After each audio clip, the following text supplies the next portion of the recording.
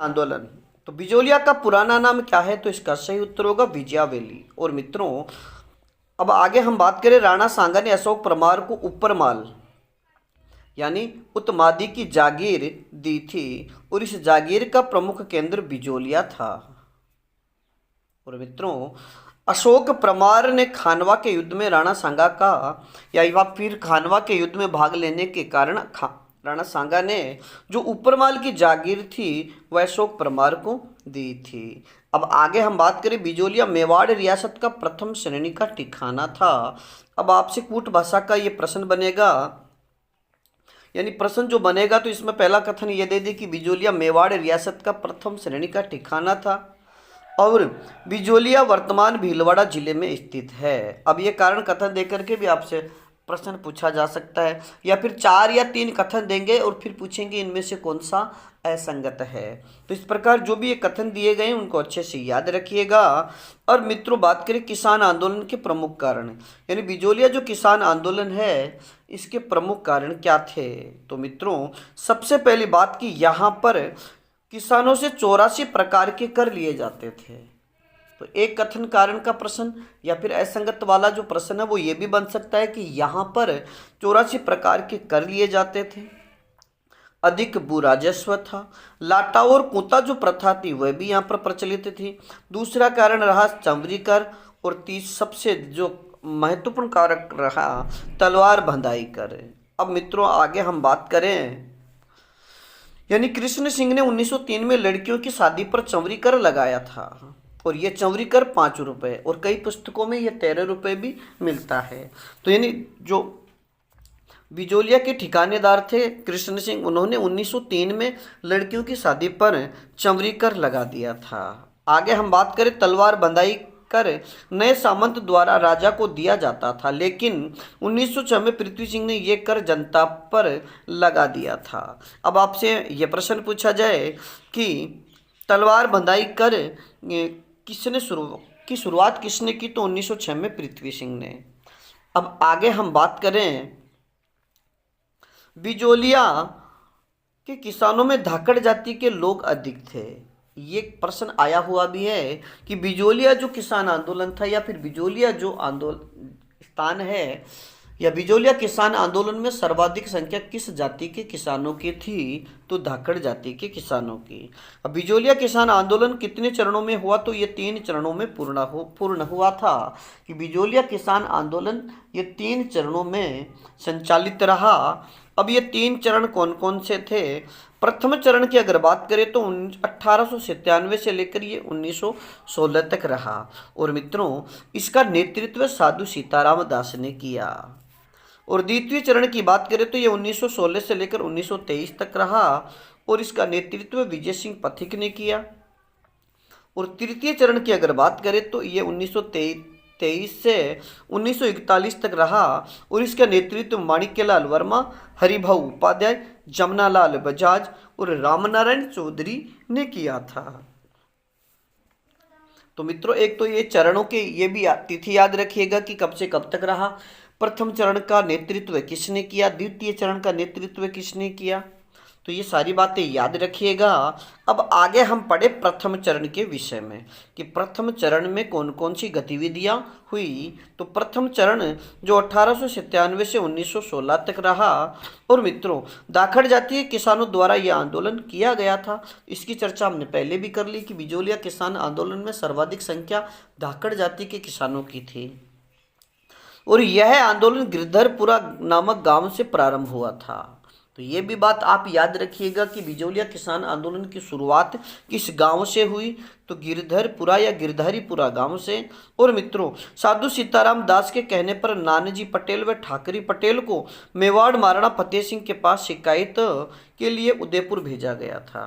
तो मित्रों याद रखिएगा कि साधु सीताराम दास के कहने पर नानाजी पटेल और ठाकरी पटेल है ना, वो मेवाड़ के महाराणा फतेह सिंह से बिजोलिया पर जो ठिकानेदार द्वारा जो अधिक कर लिए गए थे या कर बढ़ा दिए गए थे उनकी शिकायत करने के लिए इन दो को भेजा गया था। तो कई बार यहाँ से प्रश्न बनाने के नानाजी पटेल व ठाकरे पटेल का संबंध किस आंदोलन से है? तो बिजोलिया किसान आंदोलन। और बिजोलिया किसान आंदोलन की शुरुआत के समय मेवाड़ के महाराणा कौन थे?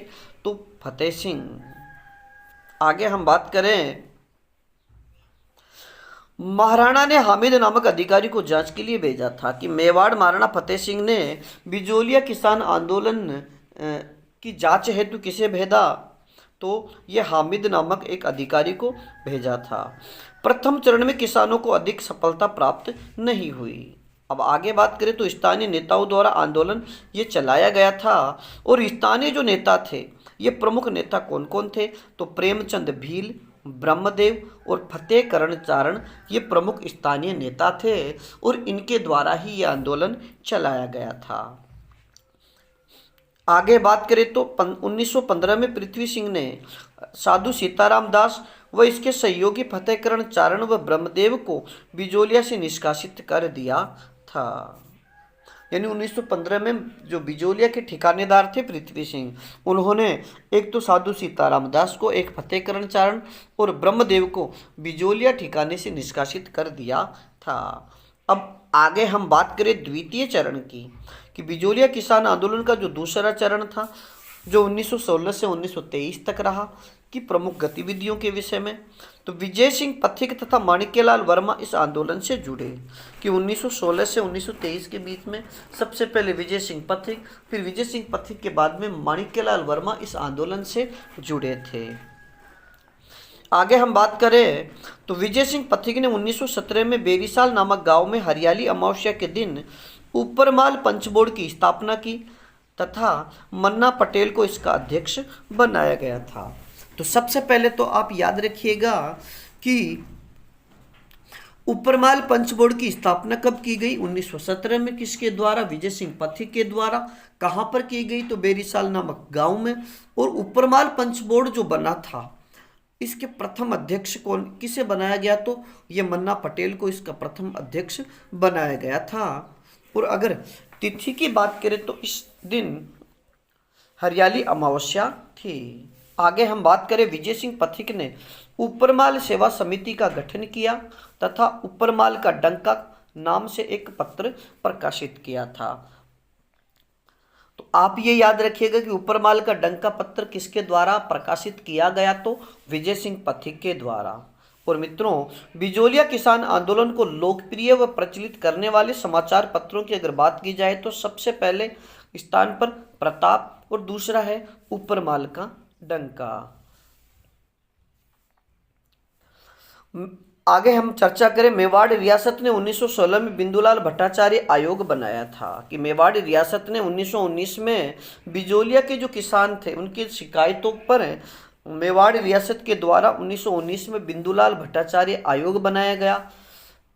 इस आयोग ने लगान की दरें कम करने तथा लाग बागे हटाने की सिफारिश की, किंतु मेवाड़ महाराणा ने इसकी कोई सिफारिश स्वीकार नहीं की थी। आगे हम बात करें, 1922 में एजीजी रॉबर्ट हॉलैंड तथा मेवाड़ के पॉलिटिकल एजेंट विल्किंस ने किसानों के साथ समझौता करवाया तथा किसानों के 35 कर माफ कर दिए गए। बिजोलिया के सामंत ने इस समझौते को स्वीकार नहीं किया। यानी रॉबर्ट हॉलैंड बिजोलिया कब आए थे? 1922 में। और उस समय मेवाड़ के पॉलिटिकल एजेंट कौन थे? तो ये भी आप याद रखिएगा। तो 1922 में मेवाड़ के पॉलिटिकल एजेंट विल्किंस थे। आगे हम बात करें, 1923 में विजय सिंह पथिक को गिरफ्तार कर लिया जाता है और 6 वर्ष की सजा हो जाती है। अब हम तृतीय चरण की बात करें तो तृतीय चरण की शुरुआत 1923 से 1941 तक रही। और मित्रों, 1941 में मेवाड़ के प्रधानमंत्री सर टी विजय राघवाचार्य ने, यानी टी वी राघवाचार्य ने, इन्होंने अपने राजस्व मंत्री डॉक्टर मोहन सिंह मेहता को बिजोलिया भेजा। इसने ठिकानेदार व किसानों के मध्य समझौता करवाया, लगान की दरें कम कर दी गई, अनेक लाग बागें हटा दी गई और बेगार प्रथा को समाप्त कर दिया गया। और मित्रों, यह किसान आंदोलन सफलतापूर्वक समाप्त हो जाता है। यानी भारत का सबसे लंबा और अहिंसात्मक रूप से चलने वाला प्रथम किसान आंदोलन बिजोलिया किसान आंदोलन था, जो 1893 से 1897 से 1941 तक चला। आगे हम बात करें, इस किसान आंदोलन में दो महिलाओं रानी भीलनी और उदी मालन ने भाग लिया था। अब आगे हम चर्चा करें, किसान आंदोलन के समय माणिक्यलाल वर्मा ने पंछीड़ा गीत लिखा। यानी आपसे प्रश्न पूछ लिया जाए कि पंछीड़ा गीत किसके द्वारा लिखा गया, तो माणिक्यलाल वर्मा द्वारा। और मित्रों याद रखिएगा कि पीड़ितों के पंछीड़ा गीत विजय सिंह पथिक ने लिखा था। लोकमान्य बाल गंगाधर तिलक ने मराठा समाचार पत्र में बिजोलिया किसान आंदोलन के पक्ष में लेख लिखा तथा तिलक ने मेवाड़ महाराणा फतेह सिंह को भी पत्र लिखा था। आगे हम बात करें, गणेश शंकर विद्यार्थी ने कानपुर से प्रताप नामक समाचार पत्र प्रकाशित करते थे और इसमें बिजोलिया किसान आंदोलन की खबरें प्रकाशित होती थी।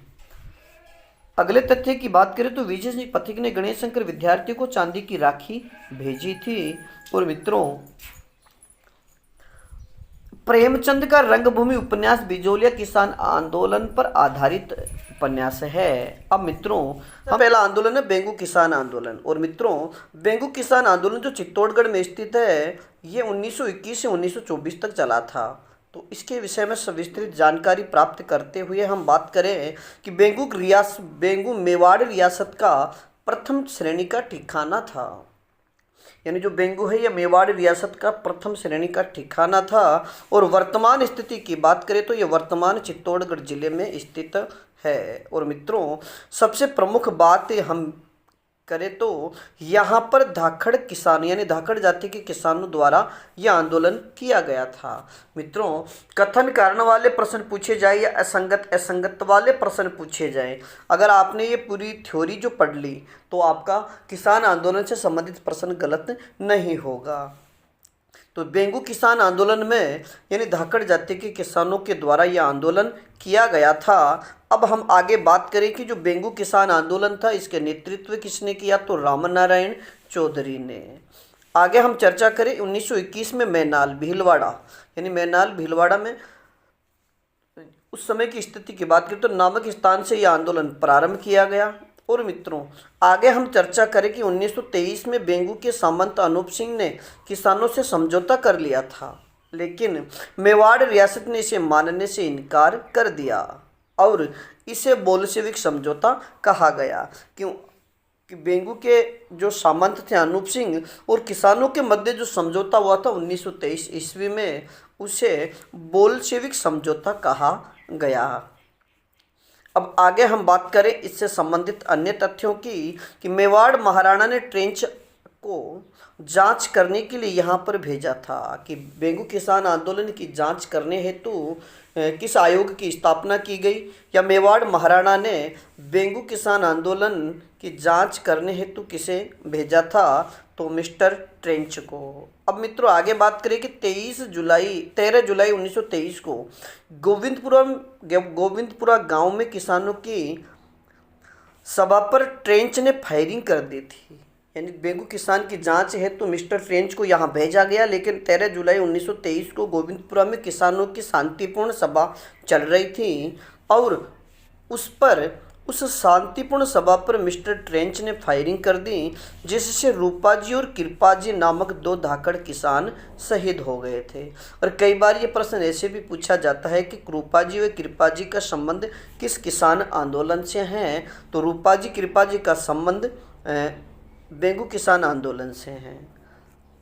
अब मित्रों आगे हम बात करें कि 1924 में लगान की दरें घटा दी जाती है, बेगार प्रथा को समाप्त कर दी जाती है। इस प्रकार यह आंदोलन सफलतापूर्वक समाप्त हो जाता है।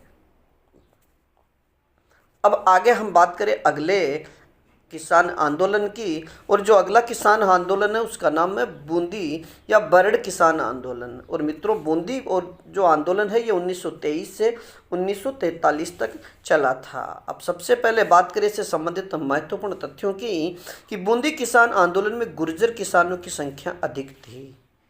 जैसे बिजोलिया किसान आंदोलन में धाकड़ जाति के किसान अधिक थे, भेंगू किसान आंदोलन में भी धाकड़ जाति के किसानों द्वारा यह आंदोलन किया गया।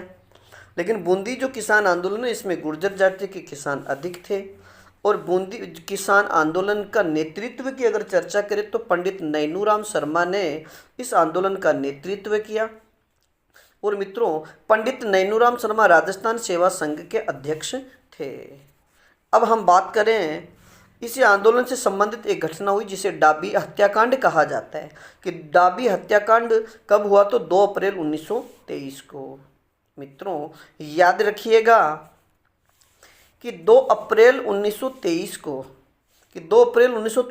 को डाबी में किसानों की सभा पर इकराम हुसैन ने फायरिंग कर दी थी, जिसमें नानक जी भील और देवीलाल गुजर शहीद हो गए थे। तो मित्रों याद रखिएगा कि 2 अप्रैल 1923 को जब डाबी में किसानों की शांतिपूर्ण सभा चल रही थी, उस समय इकराम हुसैन ने फायरिंग करने से एक तो नानक जी भील और दूसरे देवीलाल गुजर शहीद हो गए। और उस समय नानक जी भील झंडा गीत गा रहे थे। अगर आपसे प्रश्न पूछ लिया जाए कि झंडा गीत गाते हुए किस किसान नेता की कौन से किसान नेता शहीद हो गए या किस किसान नेता की हत्या कर दी गई, तो नानक जी भील की। और नानक जी भील का अगर संबंध पूछे तो बूंदी किसान आंदोलन। अब आगे हम बात करें, यह असफलता के कारण 1943 में समाप्त हो जाता है। आगे बात करें, माणिक्यलाल वर्मा ने नानक जी भील की स्मृति में अर्जी गीत लिखा था। मित्रों ये याद रखिए कि ये मील टाइपिंग हो गया है, तो इसे आप भील पढ़िएगा। कि माणिक्यलाल वर्मा ने नानक जी भील की स्मृति में अर्जी गीत लिखा था और उसके बोल थे कि लेता जाजो जी नानक जी भील अर्जी पंचा की। और मित्रों आगे हम बात करें, इस किसान आंदोलन में महिलाओं ने भी सक्रिय रूप से भाग लिया था। और प्रमुख नेताओं की अगर बात करें तो पंडित नैनूराम शर्मा, नारायण सिंह और भंवरलाल सुनार बूंदी किसान आंदोलन से जुड़े हुए प्रमुख नेता थे। अगले आंदोलन की अगर चर्चा करें तो अलवर किसान आंदोलन। जो अलवर किसान आंदोलन है ये 1924 में प्रारंभ हुआ। और मित्रों आंदोलन के प्रारंभ होने का प्रमुख कारण था कि अलवर के किसानों ने जंगली सुअरों को मारने को लेकर एक आंदोलन चलाया था, क्योंकि जंगली सुअरों को अलवर राज्य में मारने की अनुमति नहीं थी। और अंत में किसानों को जंगली सुअरों को मारने की अनुमति मिल गई थी, क्योंकि जंगली सुअरों को रोधों में पाला जाता था और ये किसानों की खड़ी फसल को नुकसान पहुंचाते थे। इसलिए किसानों को उनको मारने की अनुमति नहीं थी और राज्य द्वारा जब उनको अनुमति दे दी जाती है तो यह आंदोलन समाप्त कर दिया जाता है। अब आगे हम बात करें निमुचना किसान आंदोलन। और मित्रों निमुचना किसान जो आंदोलन है इससे भी संबंधित प्रश्न परीक्षाओं में पूछे जाते हैं। निमुचना किसान आंदोलन की अगर हम चर्चा करें तो ये 14 मई 1925 को अलवर में प्रारंभ हुआ और 1924 में अलवर के महाराजा जयसिंह ने लगान की दरों में वृद्धि कर दी थी। तो सबसे पहले बात तो याद रखिएगा कि निमुचना हत्याकांड जब हुआ तो उस समय अलवर के महाराणा कौन थे या उस अलवर के शासक कौन थे, तो महाराणा जयसिंह। और उन्होंने लगान की दरों में वृद्धि कर दी। इसके विद्रोह में अलवर के किसानों ने वहां पर आंदोलन किया। और मित्रों याद रखिएगा कि 14 मई 1925 को निमुचना गांव में किसान एकत्रित होते हैं और वहीं पर छाजू सिंह नामक एक पुलिस अधिकारी ने फायरिंग कर दी, जिसमें 156 लोग शहीद हुए थे। और इसे राजस्थान का दूसरा जलियांवाला बाग या राजस्थान का जलियांवाला बाग हत्याकांड कहा जाता है। अब मित्रों आगे हम चर्चा करें तो गांधी जी ने अपने यंग इंडिया समाचार पत्र में इसे दोहरी डायरशाही बताया तथा जलियांवाला कांड से भी भयानक बताया है। आगे हम बात करें रियासत समाचार पत्र में निमुचना हत्याकांड की तुलना जलियांवाला बाग हत्याकांड से की गई है। तो एक तो ये समाचार पत्र का नाम याद रखिएगा कि किस समाचार पत्र में निमुचना हत्याकांड को जलियांवाला हत्याकांड से तुलना की गई है, तो रियासत समाचार पत्र में। द्वारा आंदोलन में की गई प्रमुख गतिविधियों की संपूर्ण चर्चा करने वाले हैं। तो सबसे पहले बात करें आंदोलन की भूमिका व कारण, यानी आंदोलन किस प्रकार और किन कारणों से शुरू हुआ। तो मित्रों सबसे पहले बात करें 1922 में सीकर के सामंत कल्याण सिंह ने करों में वृद्धि कर दी थी। यानी सबसे पहला जो कारण था आंदोलन का वह था कल्याण सिंह के द्वारा करों में वृद्धि करना। आगे बात करें, राजस्थान सेवा संघ के मंत्री रामनारायण चौधरी के नेतृत्व में यह आंदोलन चलाया गया था। यानी याद रखिएगा कि शेखावाटी किसान आंदोलन किसके नेतृत्व में चलाया गया, तो रामनारायण चौधरी के नेतृत्व में। अब आगे हम बात करें, लंदन के समाचार पत्र डेली हेराल्ड में आंदोलन की खबरें छपती थी। अब आपसे सीधा प्रश्न पूछ लिया जाए कि शेखावाटी किसान आंदोलन की खबरें किस समाचार पत्र में छपती थी, तो डेली हेराल्ड में। आगे हम बात करें, 1925 में पैथिक लॉरेंस ने ब्रिटेन के हाउस ऑफ कॉमन्स में आंदोलन की बात की थी। तो मित्रों, अब आपसे सीधा प्रश्न भी पूछ लिया जाए या कूट भाषा में पूछ लिया जाए कि राजस्थान का वह कौन सा आंदोलन था जिसकी चर्चा ब्रिटेन के हाउस ऑफ कॉमन्स में की गई, तो शेखावाटी किसान आंदोलन, और इसकी चर्चा करने वाले थे 1925 में पैथिक लॉरेंस। अगले तथ्य की हम बात करें तो 1931 में राजस्थान जाट क्षेत्रीय महासभा का गठन होता है। याद रखिएगा कि जाट क्षेत्रीय महासभा का गठन कब हुआ, 1931 में। इस सभा ने शेखावाटी किसान आंदोलन का नेतृत्व किया था। और महासभा का प्रथम अधिवेशन, यानी जाट क्षेत्रीय महासभा का प्रथम अधिवेशन कब हुआ, तो प्रथम अधिवेशन 1933 में। स्थान की अगर बात करें तो पलथाना सीकर में इसका प्रथम अधिवेशन हुआ। और मित्रों, आगे हम बात करें, 20 जनवरी 1934 को बसंत पंचमी के दिन ठाकुर देशराज ने जाट प्रजापति महायज्ञ का आयोजन करवाया था। अब आपसे ये प्रश्न पूछ लिया जाए कि जाट प्रजापति महायज्ञ का संबंध किस आंदोलन से है, तो शेखावाटी किसान आंदोलन से। और जाट प्रजापति महायज्ञ का आयोजन कब हुआ, तो 20 जनवरी 1934 को। किसके नेतृत्व में हुआ, तो ठाकुर देशराज के नेतृत्व में। और मुख्य पुरोहित की अगर बात करें कि जाट प्रजापति महायज्ञ में मुख्य पुरोहित कौन थे, तो खेमराज शर्मा। और मुख्य यज्ञपति की अगर चर्चा की जाए कि जाट प्रजापति महायज्ञ के मुख्य यज्ञपति कौन थे, तो कुंवर हुकुम सिंह। अब मित्रों, शेखावाटी किसान आंदोलन में सबसे महत्वपूर्ण जो घटना थी उसकी अगर चर्चा करें तो कटराथल सम्मेलन। यानी जो कटराथल सम्मेलन है ये कहाँ हुआ, तो सीकर में। और मित्रों, ये सम्मेलन कब हुआ था, 25 अप्रैल 1934 ईस्वी को। अब आगे हम बात करें कि शेखावाटी के सीहोट के ठाकुर मानसिंह द्वारा सोतिया या फिर सतिया का बास नामक गांव की जाट महिलाओं के साथ किए गए दुर्व्यवहार के विरोध के लिए 25 अप्रैल 1934 को कटराथल नामक स्थान पर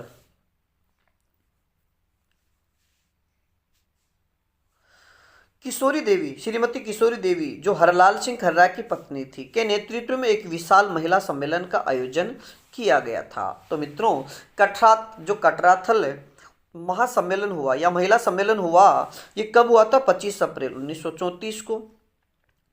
और ये क्यों किया गया था, क्योंकि वहाँ के जो शेखावाटी के जो सीहोट के ठाकुर थे मानसिंह, उन्होंने महिलाओं के साथ दुर्व्यवहार किया।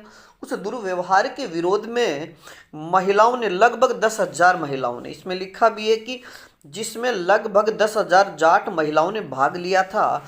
और इन महिलाओं का नेतृत्व करने वाली कौन थी, तो श्रीमती किशोरी देवी। और इस आंदोलन से या फिर जो महिला सम्मेलन हुआ उसमें ठाकुर देशराज की पत्नी श्रीमती उमा देवी या उत्तमा देवी ने ओजस्वी भाषण ने महिलाओं में साहस और निर्भीकता का संचार किया था। तो मित्रों, याद रखिएगा कि कटरातल सम्मेलन कब हुआ, 25 अप्रैल 1934 को। नेतृत्व किसने किया, तो किशोरी देवी ने। और ओजस्वी भाषण किसने दिया था, तो ठाकुर देशराज की पत्नी उत्तमा देवी ने।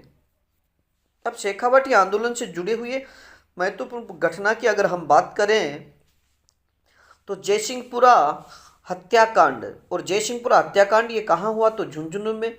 और जयसिंहपुरा हत्याकांड कब हुआ, तो 21 जून 1934 ईस्वी को। मित्रों, याद रखिएगा कि ढूंढलोद झुंझुनू में ठाकुर ईश्वरी सिंह ने खेती कर रहे किसानों पर गोलीबारी करवाई, जिसमें ठाकुर ईश्वरी सिंह को 1.5 वर्ष की सजा हुई।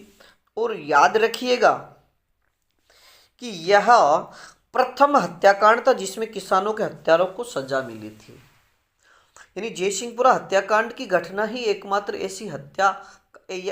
ऐसी घटना थी जिसमें, या फिर राजस्थान का प्रथम ये ऐसा आंदोलन था या फिर हत्याकांड था जिसमें हत्यारों को सजा मिली थी। अब आगे हम बात करें शेखावाटी किसान आंदोलन से जुड़ी महत्वपूर्ण अगली घटना की, कूदन हत्याकांड। और मित्रों, कूदन हत्याकांड 25 अप्रैल 1935 को हुआ।